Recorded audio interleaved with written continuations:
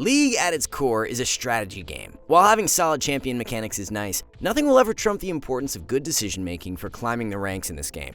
And solid decision making is learning how to get consistent results in every single one of your games, no matter what the randomness of solo queue throws your way. In this guide, we'll be breaking down your main goals during the mid-game and teaching you the right way to macro to climb consistently in League. Let's get into it. Macro at its core is almost entirely about pushing and playing around minion waves. Learning how to properly utilize minions will build consistency in your games and make every match feel way more controlled and less chaotic.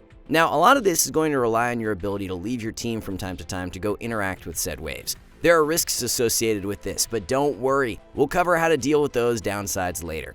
But first, let's talk positives. So, what's so good about it? Well, for starters, there's the obvious benefit. If you're pushing waves, you're killing minions. More gold means more items, which just means more power for you. League is a game about scaling, and players who earn gold consistently will always outperform those who don't. And this is what can be used against your opponents as well. By pushing waves, you're trying to crash them at enemy towers, where it will quickly start killing your own minions. This puts your opponents into an awkward situation where they must make a tough choice. They either let the minions die to the tower, missing out on gold and experience, or you force them to collect the wave, giving your team a momentary numbers advantage. Here's an example of what we mean. This Xayah and Rakan work together to push in the mid lane wave. As they do, they notice that a fight is brewing down in bot lane. Due to the push, the enemy Aphelios is forced to sit mid and collect the wave, so Xayah's team knows they have a guaranteed numbers advantage in this fight. Rakan joins up to help finish off the kill, while Xayah just zones the rest of the enemy members who are trying to help.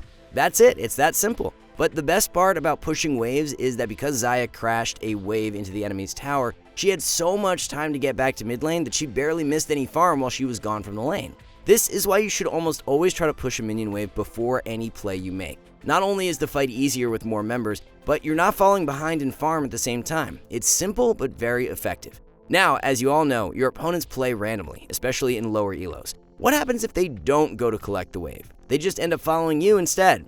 What you have to understand is that pushing waves isn't just about farming. It's about giving you and your team more options to play the map, while at the same time taking away options from your opponents. Let's give you an example of what we mean. In this clip, we have both Kled and Yasuo pushing out the top and bot lane waves on their own. After pushing, they rotate towards mid to the fight that's beginning to occur. A massive 5v5 brawl breaks out, which the blue team eventually ends up winning. After the fight, take a look at both the waves in top and bot lane. Do you see how they're both still very close to the enemy base? Well, that's precisely the point of Yasuo and Kled's earlier pushing. This gives them the opportunity to push either side to capitalize on the fact that they won the fight. Yasuo immediately teleports to bot lane to start pushing and take the inhibitor. This is a quick side tip, but he had the option to push either top or bottom, but instinctively chose bot. This is because the bot lane inhibitor is the farthest away from Baron, and is usually the highest pressure inhib to take for that reason. In any case, the main point here was the Yasuo and Kled's early push of those side lane waves actually got them more options after they have won the team fight to further snowball their lead. But another key point is what would have happened if they'd lost the fight instead. Imagine a scenario where the blue team actually loses this fight. Put yourself in the shoes of the red side team now. They would have had no options to push and take towers off the win. At best, all they can do is go and clear the waves that were already pushed to their side of the map. This is why pushing before fighting is the most effective macro tip there is. It makes the team fights you do win have way more impact and allows you to more consistently close out the game. On the other hand, when you lose fights due to the randomness of solo queue, it makes the loss less impactful, which might give you chances of coming back later in the game. Now, here's where we address concerns. That play was only possible in high elo, right? Yasuo and Kled's teammates are actually watching the map and allowing them to push. Your teammates would just instantly die the second you left them, so there's no way you can do these types of pushes in your own games. If you genuinely believe that, then you're definitely disillusioned by what high elo League of Legends is actually like. Even Challenger is filled with some of the most nonsensical gameplay you'll ever feast your eyes on. Your teammates are not going to get much smarter, and their map awareness is not going to improve all that much regardless of how high you climb. Pushing side lane waves is inherently dangerous, yes. You are leaving your teammates alone. But there are two simple questions you can always ask yourself before pushing that will increase the likelihood of you having success. 1, am I fast enough? And 2, is the pressure actually relevant? Starting with the first, you can't go push a side lane wave out if your opponents are already in position and pressuring something together. For example, if there's 5 enemy champions already at Baron threatening to take it, you going to push a wave that's barely outside of your own base is not going to be the play. By the time you push the wave, your teammates in Baron are already dead. If you're going to push a side lane wave, it needs to happen before the enemy team is in position to kill your own team. Now, the second question, is your pressure actually meaningful? Let's say a Maokai pushes a single wave into the enemy team's tier 2 tower that is still at full health. Does that sound remotely threatening to any of you? Of course not. But what about a Tryndamere with a big wave pushing into your towers? Or an assassin that pushes a wave and disappears into the fog of war in your jungle? Those are much more threatening and require a more decisive response from your opponents. Let's take a look at a moment where a player considered both our questions before splitting off to push a side lane wave. Right now, we see Garen pushing out bottom. Question 1 should immediately be asked, is he fast enough?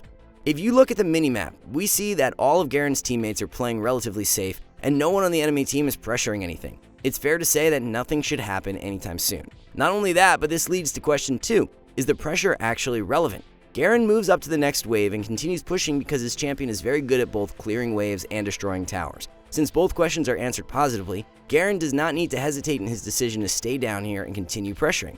Now pay attention to what happens on the map. The second Garen commits to pushing, his Kled immediately gets caught. This is a high elo game, by the way, where Kled should know how to play safe while he's alone like this. But like we said, high elo players aren't much better than your own average teammates. This lets the enemy team spawn the Rift Herald they had and push 2 of Garen's top towers. Not only that, but the enemy team also coordinates a dive in mid and kills his bot lane as well. To be clear, this is the worst case scenario that everyone expects to happen when they leave their team. Now think about it like this. Kled got caught instantly after Garen started pushing. The enemy team also had Rift Herald already, which gave them a massive pushing advantage to abuse. Despite all of that going horribly wrong, Garen still traded basically evenly because he asked himself the 2 questions we established before pushing out a side lane wave. First, he was pushing way before any action was taking place. And 2, he knew that even if his teammates did mess up, that his pressure would be more than enough to punish the enemy team for not coming to defend versus him. We showed you a worst case scenario example on purpose. Sometimes your teammates will play well, your Kled might not get caught, or your teammates somehow win a 4v5 fight without you. That can happen. So if the worst case scenario is neutral, then every other time when things don't go horribly, you'll just be coming out massively ahead by learning to push out waves properly. It's tips like these which truly help you climb in solo queue, and while this guide teaches the most important and fundamental things about macro, if you're really serious about improving, then you'll love our Master in Minutes courses over at Skillcapped. Here you can access the most premium League of Legends courses on the internet, which are broken down into short videos that isolate and teach the best tips in the game, which you can instantly apply. These are perfect to watch while in queue for your games. With each course, you'll instantly learn the very best League of Legends tips for every fundamental skill, which most of our members have never even heard of, making solo queue a lot more fun and allowing our members to climb stupidly fast. And the best part is, we guarantee you'll climb at least 5 divisions while actively using Skillcapped, so there's no risk. Check us out after this. Getting back into this macro guide though, there is another major thing we do need to talk about, which is objectives. Before understanding how to contest an objective, first we should talk about which ones are actually worth fighting for every game. League is a pretty complex game where every game requires unique decision making. Sometimes you've fallen behind early game, or you're playing a scaling composition, or one of your teammates isn't coordinating, etc. You have to know which objectives are actually worth fighting for and which ones you can concede without feeling too bad about it. First, the ones you always contest: Baron, Elder Dragon, and Dragon Soul. These are almost always game-winning buffs, and it's usually better to fight at them no matter what disadvantage you might be at, because the game is just going to be that much harder if your opponents do get them anyway. Of course, they're all kinda hard to get in the first place, so not something to stress about when loading into every game. Next is the Rift Herald. It's important to understand one crucial tip about Herald. The first one of the game is way more impactful than the second one. This is because the first one can be used to get turret plates. Rift Herald almost always guarantees at a minimum 2 plates, which is 350 gold on top of the base 300 gold that you earn by killing it in the first place. That's over 2 kills worth of gold that can be earned pretty quickly and that can snowball someone on the enemy team out of control. While the first Herald is very strong, the second one is much less threatening. The second Herald literally cannot spawn before 14 minutes into the game when turret plates have already gone down. While it will still give a base of 300 gold and it can potentially destroy one of your towers, it isn't nearly as impactful as the first one. What we notice in low elo time and time again is players constantly throw games fighting for the second Herald. It's not that important of an objective at that point in the game anymore, and you should feel completely fine conceding it whenever you've fallen behind or for whatever reason. Next are the dragons. Like we mentioned, Dragon Soul is a pretty powerful buff that you need to fight over at some point. That being said, the individual dragons are not that strong. Losing 1 or 2 is not going to be the reason you lose the game in solo queue, so you should never take a complete desperation fight over one of them. For example, if a teammate got picked off and you're fighting a 4v5, just give the dragon. It won't mean much in the grand scheme of things. That being said, the individual dragons do vary in value depending on their element. Hextech and Mountain Drakes are definitely the best elements to get, and you should try to prioritize getting these whenever they spawn. Infernal is a decent buff to get, but on average it's worse than the 2 previous ones. And then Ocean, Cloud, and Chemtech are all pretty mediocre elemental buffs. They're nice, but not really worth stressing out about. Finally, there's towers. You're going to take some, and your team will probably lose some at some point too. So which ones actually matter? The side lane outer towers are not as big of a deal as people make them out to be sometimes. They can sometimes kind of defend your teammates who are pushing out side lane waves, but other than that, they really don't do all that much. What we're saying is to not do something ridiculous like trying to defend 1v3 to save your bot lane outer tower. It's more than okay to let it fall. Mid lane outer tower, on the other hand, you should be willing to throw your life away for this beautiful structure. Having the outer tower up prevents wards like this one from going down, which spots a ton of your own team's movement. Not only that, but a lot of action in this game happens around the mid lane area. Having this tower up at all times makes it very difficult for your opponents to fully commit onto your team to try and engage. Or if one of your teammates gets picked or something, you can easily fall back and defend 4v5 at your mid-outer tower. We could rant and rant about all the benefits this tower provides, but ultimately when we watch low elo games where the mid lane outer tower has fallen, it feels like the game descends into complete chaos. No one knows what to do, where to go, and everything falls apart. But when the mid tower is up, even in low elo, players feel so much more aware of what to do. It's this really nice rallying point for your team to get behind and come together to set things up.